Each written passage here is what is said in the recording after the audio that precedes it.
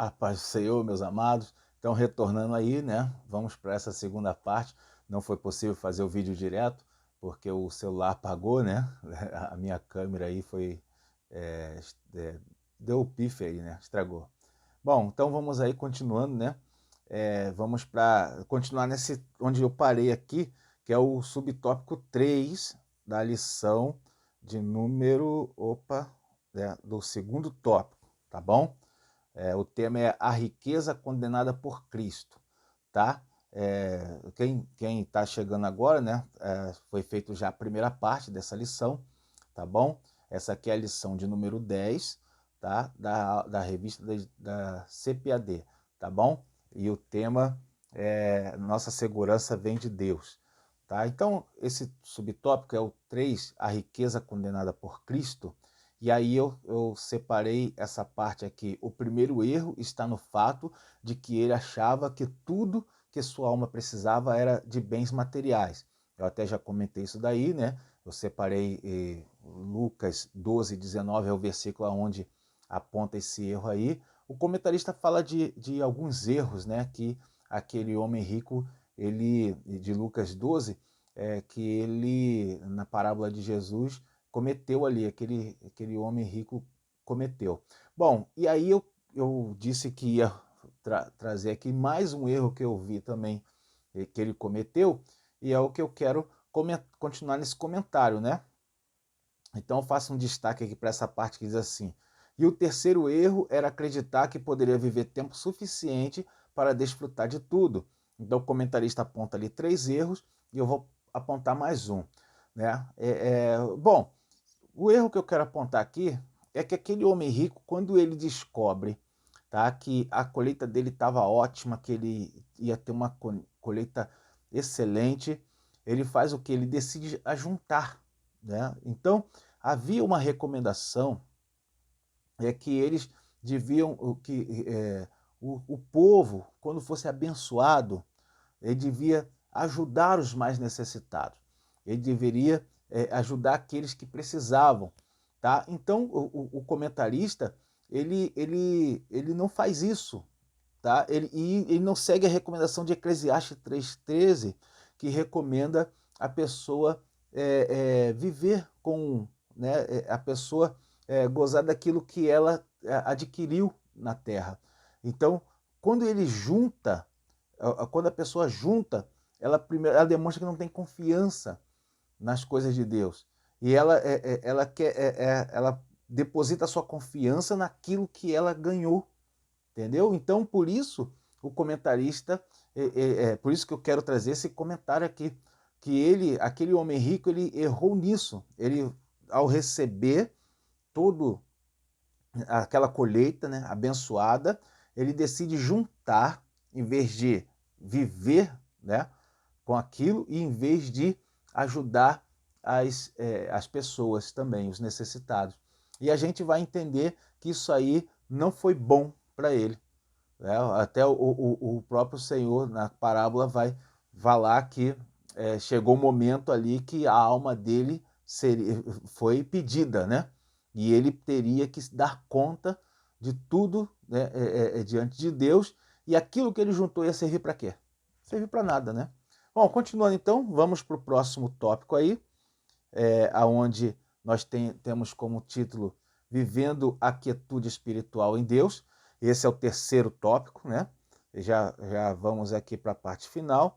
O tema desse... Agora vamos para o primeiro subtópico, que é os males advindos das preocupações. Bom, então, nesse subtópico, eu faço um destaque para essa parte que diz assim: devemos estar sempre alertas, pois não é somente Mamon que pode nos levar à queda, mas as preocupações demasiadas com o futuro e com a nossa subsistência podem comprometer nossa vida espiritual.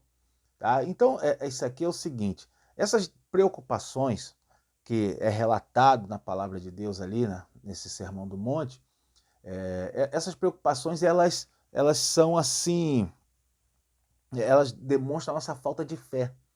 Quando você está demasiadamente preocupado com as suas vestimentas, com a sua vestimenta, com subsistência, isso demonstra que você está com pouca fé em Deus. É isso aqui que a gente deve entender desse ensinamento, né? Quando você tem fé em Deus, essas coisas você já não te preocupa tanto, tá? Você já não te preocupa tanto. E outra coisa é que você tá sem foco, porque o reino de Deus não é comida e nem bebida, né? Então você está sem o foco do reino de Deus. Bom, aí o que vai acontecer com a pessoa que fica com esse tipo de reclamação, com esse tipo de preocupação? Ela vai viver sempre reclamando. A vida dela vai ser uma constante reclamação, tá? Isso aqui, a gente fala isso porque a gente vê muitos crentes fazendo isso, né? Esse é um ensinamento importante. Bom, continuando então, aqui separei também essa parte que diz assim, e a nossa saúde mental. Bom, aqui é o seguinte, ele está falando que seu excesso de preocupação vai atrapalhar sua vida espiritual, sua saúde mental. Então aqui a gente vai ver que nos dias de hoje tem muitos crentes desenvolvendo problemas de saúde mental, problemas de depressão, de ansiedade. E por que isso está acontecendo? Exatamente porque a falta de fé está entrando no meio do povo. A gente vive essas situações. Sempre existiu isso no mundo. Sempre existiu crise financeira, sempre existiu problemas de ordem econômica, sempre existiram. E por que antigamente os cristãos tinham poucos problemas mentais, né? Poucos problemas vamos falar problemas mentais não, vamos falar de problemas psicossomáticos, como depressão e ansiedade. Havia poucos problemas dessa ordem. E por que agora tem muito? Exatamente porque a falta de fé. Por causa da falta de fé. Exatamente por causa disso. Tá? Claro que tem várias discussões, né? Várias coisas, todo mundo está sujeito a isso, né? É o que se fala muito, mas na verdade, no real mesmo, é a fé que foi abalada. A pessoa tem pouca fé em Deus, em Cristo. A pessoa tem pouca fé e a pessoa vive uma constante preocupação com a sua vida espiritual, com a sua vida econômica, né? A pessoa vive uma constante preocupação e isso faz mal para ela. Ela desenvolve transtornos como ansiedade, né? Bom, continuando então, vamos para o subtópico 2 desse último tópico. Opa, não, esse eu vou passar direto e vamos para o 3. Vivendo sossegados em Deus. E aqui eu faço um destaque para essa parte que diz assim, ó, não viva inquieto, preocupado, em aflição, gastando suas energias naquilo que pode prejudicar sua saúde. Bom, sobre isso daqui eu explico o seguinte, aquele que vive ansioso perde o sono com facilidade. E aí o que acontece?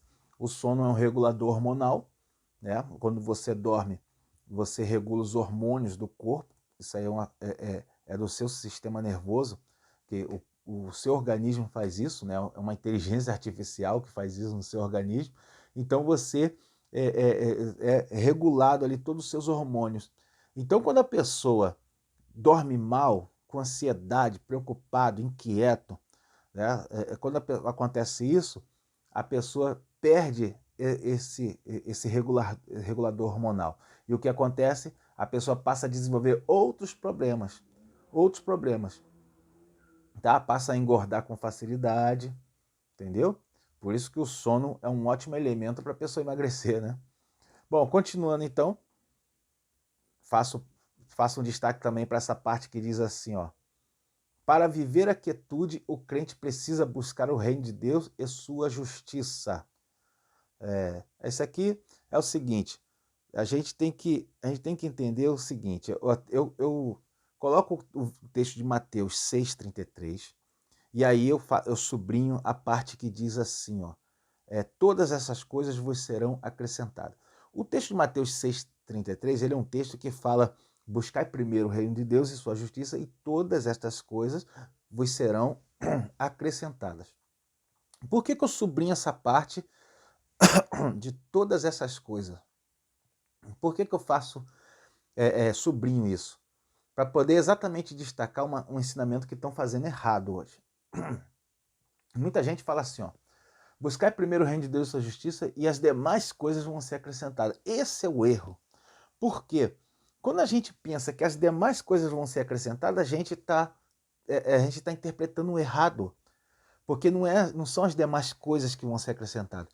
Eu já falei, o reino de Deus não é para fazer ninguém ficar rico. Deus não vai te acrescentar financeiramente coisas para você adquirir bens materiais nessa terra.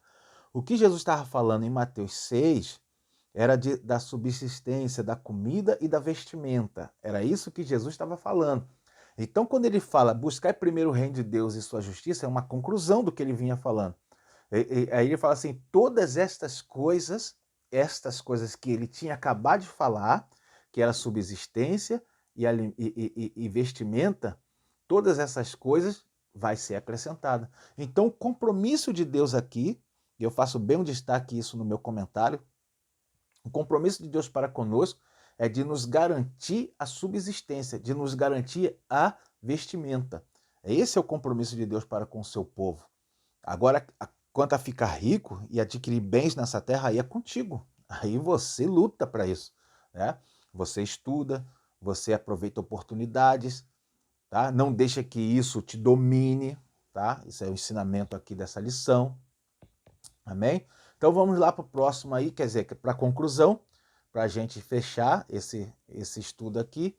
A conclusão, eu faço destaque para essa parte da conclusão que diz: somos abençoados pelo Senhor com os nossos bens, mas o nosso coração não estão nas riquezas deste mundo. E aqui o fechamento da lição é esse, né? Essa afirmação da conclusão é o cerne da lição, tá? Em outras palavras, é a pessoa possuir bens sem ser apegado a esses bens.